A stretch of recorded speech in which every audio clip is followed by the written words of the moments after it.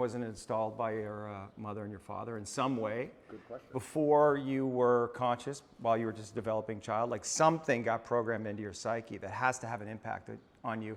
And those things can't necessarily be known because you were at such a young age. We're all programmed to some degree. Don't think anybody can escape programming, whether it's society, whether it's a television show, whether it's the people around you, peer pressure, whether it's a religion. We're all programmed to some degree. What I have done, and what I think most people do not do, is heavily analyze why I hold the beliefs I hold, why they help me.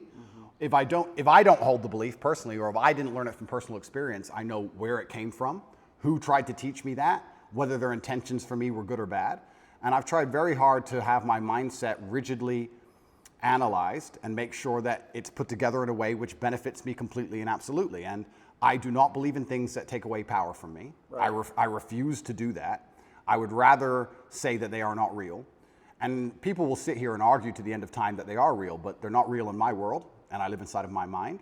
So even if you throw me in a Romanian dungeon, the idea that I become a depressed person is not a framework that my mind works within, so I can't become depressed. I can feel a little bit sad, sure, I can feel depressed, but I can't be depressed.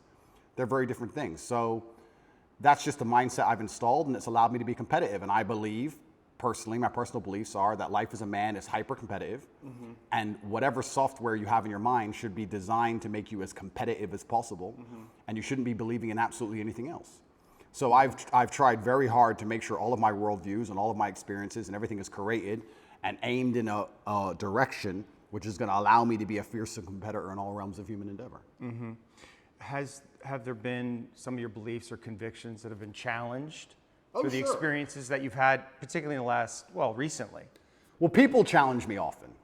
And what a lot of people don't understand is that I will never adopt the thinking of somebody who is sad, and I will never adopt the thinking of somebody who is less competitive than I am, or less successful than I am. If someone comes along and goes, Andrew, you are wrong, the way you see the world is wrong, but they are suffering from an affliction, why would I adopt a single iota of what they say? So it's kind of funny when I talk about depression, the number of people who defend depression.